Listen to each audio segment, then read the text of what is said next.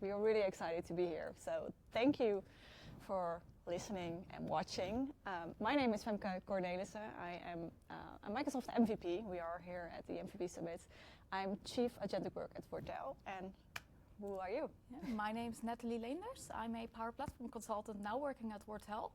I'm MVP in BizApps, trainer, and overall community enthusiast. Yeah, super excited. Super excited to be here because we wanted to talk about like a subject that is really, something that is really to our hearts, I think, like talking about women in tech and especially the community. So I'm really excited that we can talk about that. So first of all, maybe it's good to start with how we started. Sorry, I'm going to adjust your mic real quick. I'm sorry. No, it's fine. You start over. A little bit. It's good that you're listening with us. I'm just to make sure. I usually listen for the first 10 or 15, and then after that, it pretty much everything's level. You know, so yeah. my apologies for I'm just trying to make it so the mic stays. Doesn't fold. When it folds back up on you, then it starts rubbing against things. So, all right, cool. We should be Good. perfect Yeah. right there. Yeah. Okay. Thank you so much. I appreciate it. Yeah, you're welcome. I'm still rolling, so you can. Can keep. I Okay. wasn't even here. Welcome everyone. I am Femke Cornelissen, Chief Agentic Work at Wortel, and I'm a Microsoft MVP. And this week we are at Microsoft for the MVP Summit, and I have with me. My name is Nathalie Femke. I'm a Power Platform consultant also working at Wortel, and I'm a business applications MVP, Power Apps, Power Automate, and I love the community, and that's the reason why I'm here and as an MVP as well. Yeah, we're going to talk about the community, but as well women in tech, because it's a subject that we absolutely want to talk about. How can we amplify more women in tech, but also how can we help to get more diversity in the community? We are both really active in the community, so love to share some insights, lessons learned from our side. But first of all, I want to learn more about you, Nathalie, about how you started in tech and how was your journey to start it over there? Sure, yeah. So originally, I actually wasn't in tech. I'm a hairdresser. That's funny, right? Yeah, fully educated hairdresser. And during hairdressing school, I found out that I had a bad back, bad neck. And as of a lot of people, the hairdressing can be very physically demanding. Mm-hmm. So every time the PC shut down, I could fix it. I was like, okay, well, why not go into IT then? So I went to IT school for about 3 years. Wow.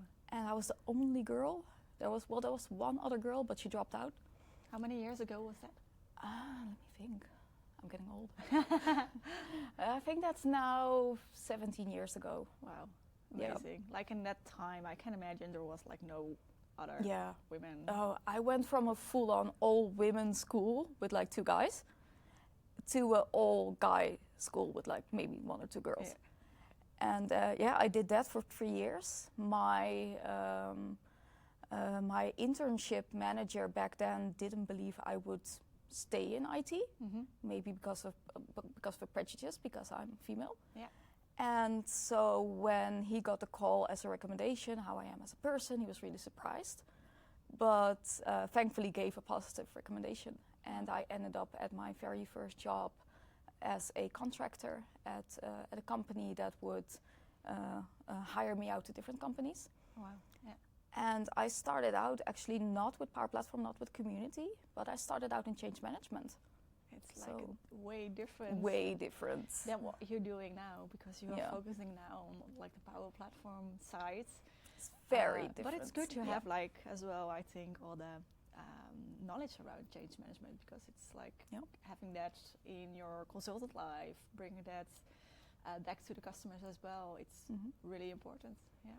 Yeah. So funny thing, maybe to talk about me a little bit around how I started in tech. I was a photographer before, so also a really different kind of area, and I started as a marketeer at a IT company. So that's how I rolled in IT,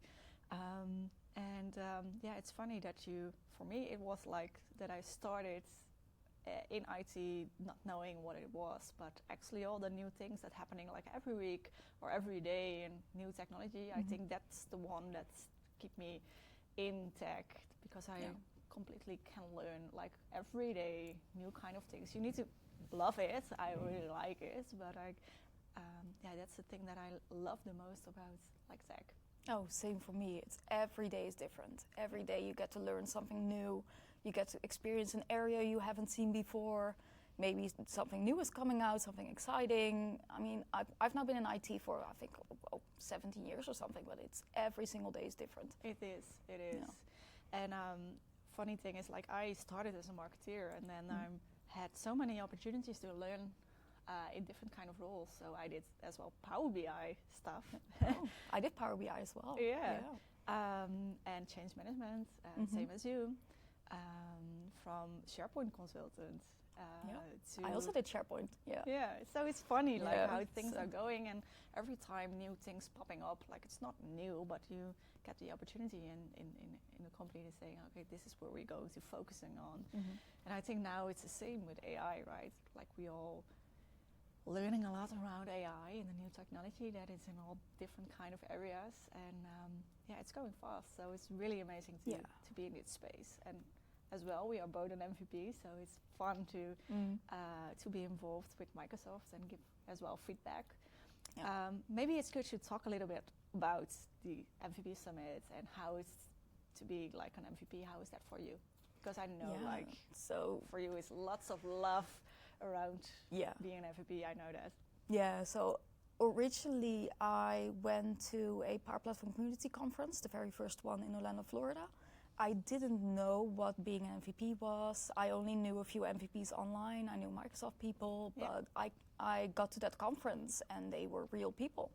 They were actual people that I could just talk to, and they were so down to earth. And I started talking to several MVPs, and they were like, just if you're excited about joining the community, about speaking, about doing something, sharing passion, sharing knowledge, why not? Why not go for it?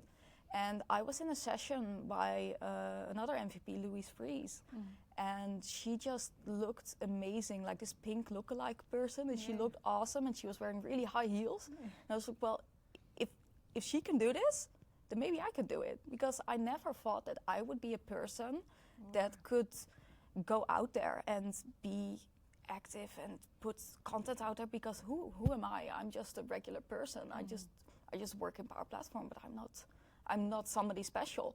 I mean, at least that was what you're thinking. That's what I was thinking. But I really learned that if you're passionate about something and you explain something in a certain way, maybe someone else can resonate with that. I might explain something that Shane Young has already done a video on, but if I do it in a slightly different way, maybe it'll help somebody. And that's what really helped me in finding my voice and just putting content out there. Like, if it helps one person, I'm happy. That's true. If it's only just one and not like 1,000 people, okay, it's nice when you have like a lot of people who are liking your content. But if you can help just one person, it's interesting. For me, it was when I went to Ignite 2018, I think. I went to Ignite alone with no other people. Scary. And I was like, I just had a baby, so it was like strange to go away from home. But I thought this is my only opportunity to go to Ignite, because like it's a lot of investments for a company who's paying for you to go to a big conference in Orlando. It was so flight from the Netherlands to Orlando, and I still remember that for me it was. I thought, okay, I never get that opportunity to do that anymore, so I go. And I still remember there were a lot of other Dutch people from the Netherlands, and I was in a WhatsApp group with each other, and I thought, oh, I have a lot of time for myself, like in the evenings and that kind of things. Now, it doesn't happen, because like the community is so nice that people will say, okay, join us for dinner, or of course you have all the sessions and the great content, but beside that there is a lot of networking as well, everywhere where you are. But the fun thing about the community was like after Ignite for me, it was like that I was still on that like WhatsApp group. And people are asking questions about things that happened at customers and need to solve that. There were some questions that I had, like knowing that, like the question that they asked, I know the answer. like, and I was, okay, shall I respond? And I did, because it was like a safe why group. not? Yeah. And that was for me like the first time I said, okay, this is gold mine. This is a gold mine, because I can ask questions to others what I don't know, and the other way around as well. But it was as well the first thing that I was thinking, okay, the things that I can share is like helping others as well. Yeah. And that was a mind shift. Like the community it's going so fast with all the content, and everything is changing so fast. What we really like, but as well, going to community events and getting all that knowledge from people, especially in the community that you have, like for example, like Expert Live or the conference in Las Vegas, the M25. It's like there are real people who are sharing how they solved problems. They're just real people like you and me. Yeah, so it's not only marketing wise, it's also like how they solved the solution. So for me, it's it started there, and after that, I tried to, when I'm like at a customer or something like that, and I'm listening to the customer, and I had like 10 times 7 questions from people, I thought, okay, maybe I need to write about it, or I need to make some content around it, because maybe there's just that one person who are helping with this. So that's funny. I think that's the love around like community building, or the love about starting with community. And one of the things that I love to do, and I think you as well, is like try to bring people to a community event. Yeah. And how can we get more women, or like diversity group coming to like conferences? How can you start going to a conference if you don't, like for me it was, I didn't know if you don't know what the added value is of a conference, if you don't know that you're gonna learn something new, then you're just, I mean, same with me, just a regular person working somewhere. What was your first? So I went to the Power Addicts NL for the very first time, just very curious, like, hey, I heard about it, and I heard about it through a friend who invited me, and I went to that event, and I overheard somebody talking like, hey, I'm interested in Teams Adaptive Cards. And I coincidentally did something on Teams Adaptive Cards a week earlier. I was like, wait a minute, if you guys are interested, maybe I can share something. Yeah. And it felt like a safe space. Everybody was so nice. And even though I was shaking, I was standing there shaking, even just asking the question like, hey, would you be interested in me talking about that? And they were so welcoming, and I officially submitted that session. And a month later, I did it. And it was for 30 people, and I was standing there shaking like, oh my God, this is so scary. And but realize, Nathalie, like now you were speaking to like in Las Vegas like a few weeks ago. How many people were that? So in at the Power Platform Community Conference, there were over 900 Wow, people. like look at you, like that's amazing. Yeah, I think when you get over the first few hundred people, 8,000-9,000, I don't think it really matters anymore. I try and find a familiar face in the audience, or just pick a few faces in the audience, just randomly spread out. Just focus on them, and just think about everybody's my friend. Everybody's interested in what I have to say, because that's why they're there. Well, it's good that you think that like in your mind, because I have as well sometimes that I'm thinking there are people who know way more than I do. So and probably there are people who know more, but it's our perspective that matters. And I've had, out of the 900 something that were there, I had 10 people walk out. That's perfectly fine. Sometimes somebody has a different expectation of what the session title is, what the abstract is. Yeah. But out of those 900, maybe 9 people left. I'm like, that's fine, that's 1%. That's true. And everybody else that was there, I had a most amazing feedback. And even though I decided to sit down because I was so nervous, I was out of breath, I was shaking because there were so many people, and just sitting there, and I did the session. Because the first time I spoke in front of a lot of people were 400 people, and I raced through that session. I raced through my 60-minute session in 30 minutes. Yeah, but like I just raced through it like 80 slides, done. And thankfully, a really good friend of mine from Microsoft was also there, who supported me, Nathan Helgren, now a really dear friend of mine. And we were there, and it turned into a Q&A. like a live action Q&A where he helped out with the questions that the very technical ones, that like the in-depth Microsoft answers. He did those, and I did the rest of the questions, and it just turned into this really fun, interactive thing. So even though my session ended, well, the session content ended earlier, we still did an awesome Q&A. Awesome, but that's good, and as well that you have like a friend beside you who can help you with that kind of things. One of the things that I also really like about community, being an MVP, but as well speaking, is that it really makes me learning a lot. Like if I submit somewhere a session, it's also a trigger for myself that I really want to learn a lot about. Learn everything about it, yes. Yeah, about it. So I don't know, it's not only the session that you're going to give, but it's as well like a feeling that I really need to know everything, because I probably can get a lot of questions. Yeah. And most of the time it's not, but it's in my head that I will think, okay, now I want to know even more. I want to figure it out. And I really love to ask in the community or as customers, like, what is the thing that you want to know about this question or this like subject, and how can I involve that in my presentation and make it better and better every time. Yeah. I do want to touch upon that while we do try and learn everything we can, you can never know everything. True. And sometimes whenever somebody would ask a question you don't know the answer, that's perfectly fine. It is. It's okay to say, I don't have the answer for that right now, but I will figure it out for you. Yeah. Let me know, send me an email, or I will write it down. I will get back to you on that. Yeah. And that's the biggest takeaway that I got as well. Like for that first session, it was on virtual tables. I tried to learn everything. I went deep, every single technical thing that I could ever learn, way deeper than I ever could have gone.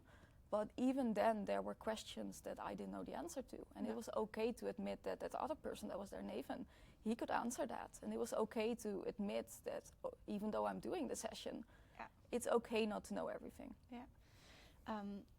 We talked a little bit now about like keeping a session and doing that, but I know for a lot of us, it's also like going for a first time to a conference or something like that. It's also scary. Do you have some advice on that? Definitely. So at my previous company, we had a tagline: "Be courageous." Be out there, be courageous. And if you're scared, just stand somewhere and observe, and just look at people. Maybe if you're interested, maybe walk over, introduce yourself. Everybody at a conference they're just really nice people. They're open to talking to other people. Maybe one person isn't, and that's okay. But there's a lot of people that are so nice. I found an empty seat next to some Microsoft people, and I took my shot. Like, hey, is it okay to sit here? And we ended up talking for an hour and a half. And it was Hugo Bernier and David Warner, and they were so amazing and really nice people. I know that, yeah. And they changed your life a little bit, They changed my life. Ever since, Hugo has been an amazing friend of mine, and all thanks to me taking the courage to asking if I could sit at that seat, that specific one in Orlando, Florida, that I got to go through my employer, and it was just an amazing opportunity. And I was like, I'm going to try and get everything. If I talk to somebody, it doesn't work out perfectly fine, but at least I tried and I got out there, and I was so scared. I was shaking, and he was like, "Oh, are you okay?" Hug, helping you. Yeah, just such amazing people, and Microsoft people, and MVPs and other attendees, and everybody's just so nice and welcoming. So don't be scared. Don't be scared. Yeah, one of the things that I saw.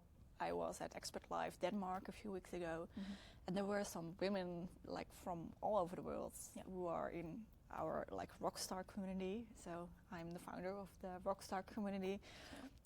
Lots of women who want to be more visible, want to go out, want to start with speaking, want to create a YouTube channel, or like want to make content together on what kind of way, different kind of ways. And there were a few of them, like some from Turkey, some from Greece. Yeah, that's amazing. Like, and they coming over and finding each other because there is a conference somewhere.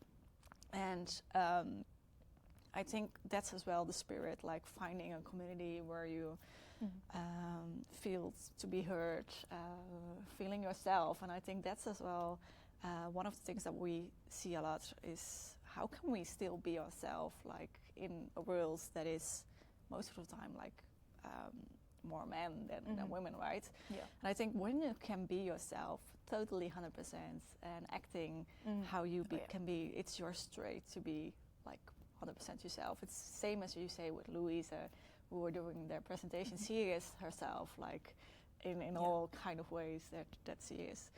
I see a lot of people who are changing the behavior because they are in a men-dominated world. Yeah, they were thinking about behaving in the way that they think it would be expected of them. Yeah, but I think if you can be yourself, you can be a role model for others, the same as that you said that you have for Louisa, that you saw her speaking. I still remember that I was like the same Ignite that I was talking about, like in 2018. I still remember that I saw Donna at the stage. Oh, yeah. Donna's awesome. With her like dress and curly hair, and I was, what? Is this like normal in IT? Like it was for me, like it was the first time that I was thinking, okay, yeah, I can be, I don't know, speaking at Ignite, that's a different thing, but maybe I'm like, this is also a space for me. So it's interesting also how thinking about speaking at Ignite, thinking of talking about dreams coming true. You spoke at Ignite. Yeah, that's true. Yeah, a lot of things happened like last years. Even when you are an MVP, I think it's a great opportunity to get more speaker slots, but as well involving with Microsoft. It's with every event that's out there. The biggest advice that I think we both can give is just go out there. Just enjoy yourself, have fun, and you never know who you will run into, what conversations you might have, what opportunities may happen, what doors will be opened. True. Yes, really true. And I think we are both really excited about what happens in our life, like starting in tech, from the background that we started. Now being an MVP, but we both also help a lot of other people, like starting in a community or helping them to grow to an MVP thing. I don't want to say you don't need to have like an ambition to be an MVP. I think finding your love and finding the things. No, it's just just finding your love, finding your passion. Yeah. If you're passionate about something, that's it. But sometimes people need to find out what is it, right? What I like. Is it like creating content, or is it like making podcasts, or is it writing books, online? Or online content, blog posts. It can be anything. Yeah, and maybe do you have some advice where you they think about when you want to have like a session or want to write something? What is the thing that you picking out of? Yeah, so it's kind of tricky. I'm in the middle of, I like to pick things that I'm passionate about. Yeah. But sometimes what I'm passionate about isn't necessarily what the tech world is looking for at that time or at the moment. And so I really try and find, for example, right now everything's AI, everything's agentic. I try and find what I like in those areas. Like, hey, there's something agentic in apps. What if I try it out and see if I like it? And then share your knowledge, what you have learned. And then share the knowledge. And sometimes if you share the knowledge and if you, for example, you have to submit to a conference, as you know, we have to submit sessions, and you can really gauge from those responses, like, okay, this is something that people are interested in, this is something they might not be interested in, but even though I would never do a session about a technology I'm not passionate about. So it's every time I submit something, I am interested in. But it's also, I think, really good to have like a niche or something that you say, okay, this is, especially like I'm different than all the other people who are doing a submission as well. So for me, it was the first time that I started speaking was about Teams, and it was about Power Automate in combination with Teams. So you have like, how can you do everything around Teams and use Power Automate in combination to, for example, like you have a chat, and then I wanted to do when sort of things happening, I want to do it like a task from it, that I only have my task with all the things that I need to do every day. For example, like that kind of scenario. So it was like no one actually did the same kind of subject. So I think it's good to, if you want to be like more visible, or if you want to start speaking, it's always good to think about, okay, this is the kind of content that I want to create, or I just want to speak, or and this is like the niche that I'm different in, or the thing that I want to add on. For me, it was virtual tables, the one with Nathan Helgren. So at my job, I did an app for over a year that had virtual tables in it. So I had to learn all of the ins and outs, and I've always been honest about them. I don't like them. I've used them. I know I can tell people how they work. I can tell pros and cons, and I really dove into that. And coincidentally, I was 1 in 3 people worldwide talking about virtual tables. So I found my niche. Yeah. And ever since, I think I did 5 sessions on virtual tables. Yeah, because like the need was there, that people were talking about it, and the questions were there. Yeah. And even though I did earlier just mention that I don't speak about technologies I'm not passionate about, I am passionate about them. I just don't really like them. There's a difference. That's a difference. Yeah, I understand. When I started with speaking, I had the idea, I don't know if I actually can speak, so that was my thing. I was really scared. But I thought, when I do it, I probably can get better and better and better, and put myself out there and learning something new as well, speaking in public. Yeah. But what I also learned is that you can ask other people to help you with that. Yes. For example, like Maarten Goed, our CTO of Hotel, but I also did Maarten Ekels from also helping with different kind of community events. So yeah, I think if I can give an advice to people who want to start speaking, ask for help. I think everyone is definitely ready to help you, and every conference of every event, there are people who want to have like new speakers in it. And even some events offer buddies. Yeah, they offer maybe an MVP or maybe another speaker that can team up with you. Yeah. And it can be in preparing for it. It can be in creating content. It can be in doing the session. Yeah, you're not alone. No. Do you have like an advice for events or conferences to get more women on the stage? Do you have an idea, or? Yeah, I'm thinking. So if you're working at a company and there's other women there, just invite them to events and. Go together and talk about what the events are like. Just so that people, so that person doesn't get into there blindly.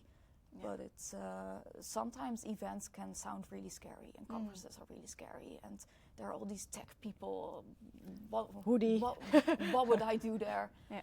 And just emphasize the fun in conferences and the passion that's being shared, and try and just invite a colleague over, and maybe that colleague has a friend that works at another company. Yeah, and it can be women, it can be men, whichever. Better, yeah. But it's just share what it's about. Yeah, with other people. And we also talked with each other a lot about speaking and women speaking at conferences, and of course I think it's really good to have like a diverse group of people, and not only men and women. I think need to be more diverse than that, but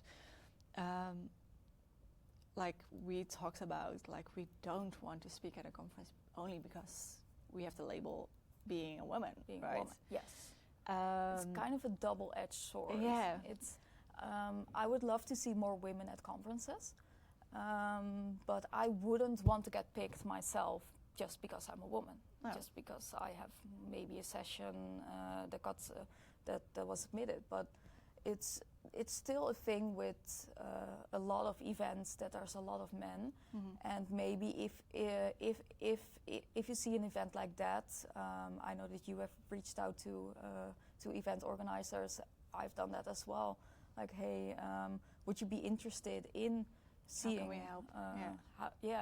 How can we help?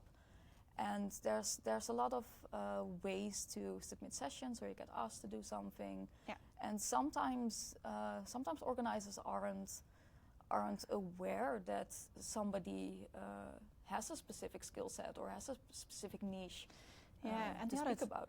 That's true. And the other thing is, I think what I see a lot, like from the women in the community, is that they are sometimes thinking that they are not good enough, right? Yeah.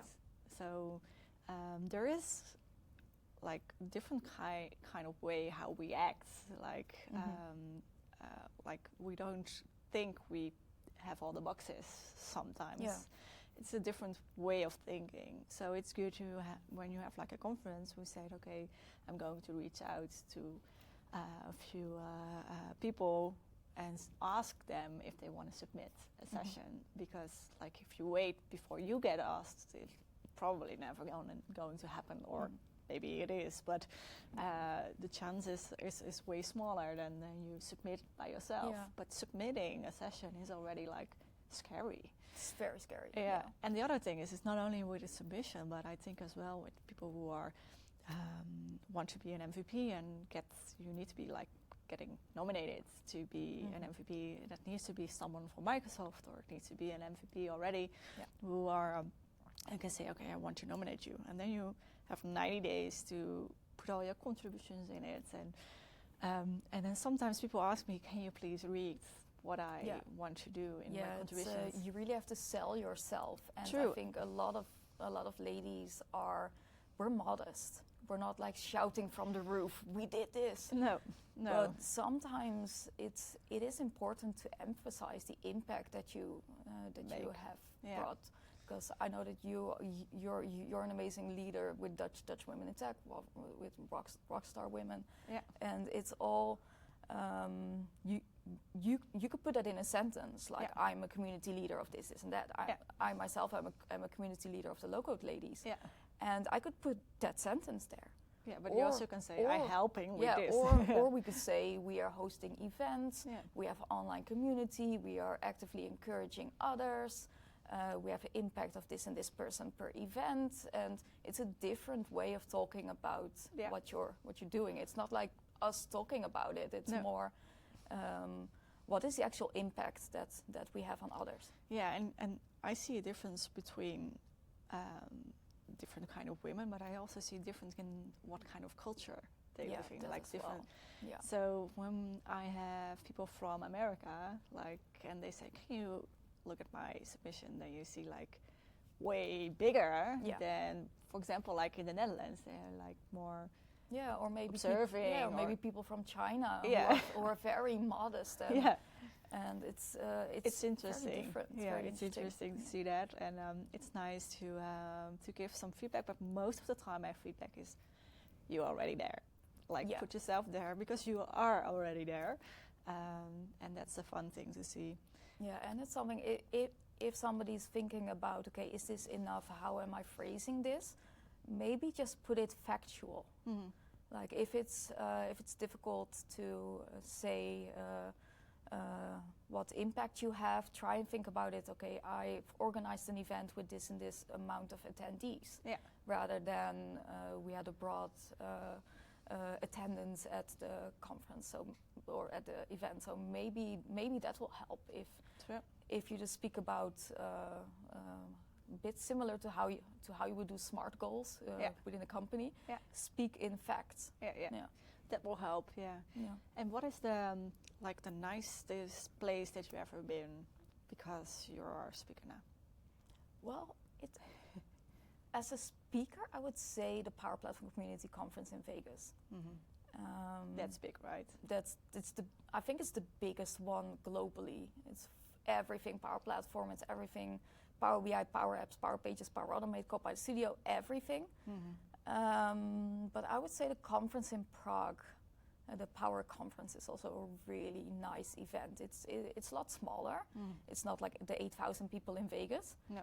But it's a very nice, smaller community, and there's a lot more time to talk one-on-one, and it's just a really fun event. Awesome. Yeah, I would say both of those. I think maybe even tied, but I would say I'm very much looking forward to doing both again this year.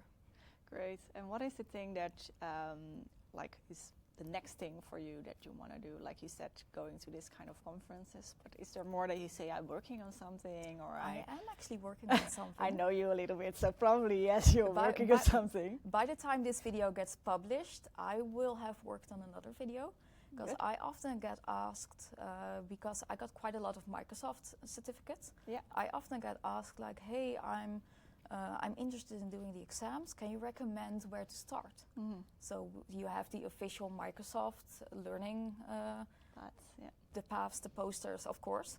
But sometimes you're interested, you're an AI person. Mm-hmm. What type of exams would you like to do? So I think it's always searching for what is the best for my role.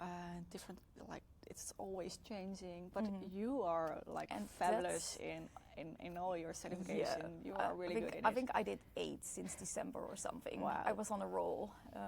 It's as I mentioned earlier, I'm just passionate about both sharing knowledge but also gaining knowledge. Mm. So one of them was, for example, and I will get back to the video, but one of them was for fabric. I don't really work with fabric, but I got a free voucher at the PPCC, and I was like, why not? Just try it.